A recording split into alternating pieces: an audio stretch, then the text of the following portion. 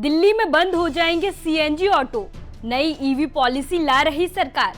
आखिर क्या है सरकार का प्लान? राजधानी दिल्ली की सड़कों पर दौड़ते हरे पीले ऑटो रिक्शा दिखना अब बंद हो जाएंगे।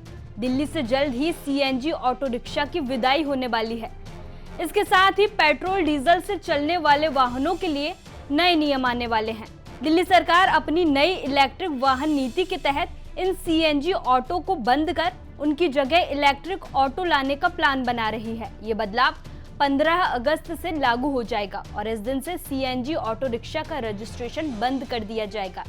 इसके साथ ही इनके परमिट केवल इलेक्ट्रिक ऑटो के लिए फिर से जारी किए जाएंगे। पर्यावरण प्रदूषण कम करने की दिशा में ये एक बड़ा कदम माना जा रहा है। चलिए जानते हैं कि नई ईवी नीति में क्या खास है। ईवी नीति 2.0 के तहत सीएनजी ऑटो रिक्शा को चरणबद्ध तरीके से हटाने की योजना बनाई गई है। इस नीति के मुताबिक 15 अगस्त 2025 से सीएनजी से चलने वाले ऑटो रिक्शा का रजिस्ट्रेशन नहीं होगा और ऐसे ऑटो रिक्शा का परमिट भी केवल इलेक्ट्रिक ऑटो के लिए बदला जाएगा। इसके अलावा सीएनजी ऑटो का नवीनीकरण भी नहीं किया जाएगा और पुराने परमिट को नए ई ऑटो परमिट में बदल दिया जाएगा। नई नीति के मसौदे के अनुसार 10 साल से पुराने सभी सीएनजी ऑटो रिक्शा या तो पूरी तरह से इलेक्ट्रिक में बदल दिए जाएंगे या फिर उनमें ऐसी तकनीक लगाई जाएगी जिससे वे बैटरी से चल सकें। इसके अलावा पेट्रोल, डीजल और सीएनजी से चलने वाले 2 पहिया वाहनों को भी 15 अगस्त 2025 से अनुमति नहीं दी जाएगी।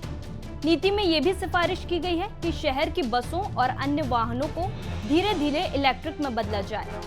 इलेक्ट्रिक वाहन नीति के इस बदलाव से मालवाहन, तिपहिया वाहन और बसों को भी इलेक्ट्रिक रूप में लाया जाएगा। डीटीसी और डीआईएमटीएस द्वारा चलाई जाने वाली सार्वजनिक परिवहन बसें भी पूरी तरह से इलेक्ट्रिक बन जाएंगी और अंतर्राज्यीय सेवा के लिए BS4 बसें खरीदी जाएंगी। निजी कार मालिकों के लिए भी एक नई सिफारिश है कि वे इलेक्ट्रिक कार तभी खरीदें जब उनके पास पहले से 2 गाड़ियां हों। आपको बता दें कि राजधानी दिल्ली में करीब 1.2 करोड़ से अधिक पंजीकृत वाहन हैं, जिनमें 70 लाख से अधिक 2 पहिया वाहन शामिल हैं। 31 मार्च 2023 तक दिल्ली में कुल 79.5 लाख 2 पहिया वाहन दर्ज किए गए हैं, जिनमें से प्राइवेट गाड़ियों की संख्या 20 लाख से ऊपर है। वित्तीय वर्ष 2023 में दिल्ली में प्रति 1000 निवासियों पर वाहनों की औसत संख्या 473 थी। जानकारी के मुताबिक राजधानी में करीब 90,000 ऑटो रिक्शा हैं। आपको बता दें कि दिल्ली में वाहनों की संख्या प्रदूषण का बड़ा कारण है। ऐसे में पर्यावरण प्रदूषण को नियंत्रित करने के लिए सरकार ये बड़ा कदम उठाने जा रही है। फिलहाल ड्राफ्ट तैयार किया गया है। ये ड्राफ्ट स्टेक होल्डर्स के बाद कैबिनेट को भेजा जाएगा। कैबिनेट की मंजूरी के बाद ही ये पॉलिसी लागू होगी। आपको बता दें कि दिल्ली की रेखा गुप्ता सरकार प्रदूषण को कम करने के लिए लगातार कोशिशें कर रही है। सीएम रेखा गुप्ता ने विधानसभा सत्र के दौरान नई ईवी पॉलिसी लाने का ऐलान किया था। वे पहले ही साफ कर चुकी हैं कि इलेक्ट्रॉनिक वाहनों को बढ़ावा दिया जाएगा। क्या कुछ कहा दिल्ली के सीएम ने, आप भी सुनिए। अध्यक्ष जी, हम इसके अलावा ये तो बात हो गई पब्लिक सेक्टर की, परंतु केवल पब्लिक सेक्टर से काम चलने वाला नहीं है। जनता जो अपने प्राइवेट व्हीकल खरीदती है उसको भी हमें इलेक्ट्रॉनिक व्हीकल की ओर लेके जाना पड़ेगा। इसके लिए सरकार की ओर से इलेक्ट्रॉनिक व्हीकल पॉलिसी बनाई जाएगी, जिसमें अधिक से अधिक प्रोत्साहन जो है जनता को दिया जाएगा ताकि वो लोग इलेक्ट्रॉनिक व्हीकल लें, उसका उपयोग करें और इस पूरे के पूरे वायु प्रदूषण को कम करने की दिशा में पूरी दिल्ली एक मुश्त एक साथ होकर के खड़ी हो। अभी वर्तमान में जितना टोटल व्हीकल दिल्ली में लगातार खरीदा जाता है, पिछले सरकार का मैं आपको फिगर बताती हूँ, 6,80,000 टोटल व्हीकल खरीदा जाता है गया और उसमें से 11% उसका मात्र 78,000 व्हीकल, जिसमें स्कूटर की बहुतायत है, वो ईवी था। तो हम चाहेंगे कि जनता इस और प्रोत्साहित हो कि अधिक से अधिक इलेक्ट्रॉनिक व्हीकल वो ले और उनका इस्तेमाल करे। ये हमारे एजेंडा में है।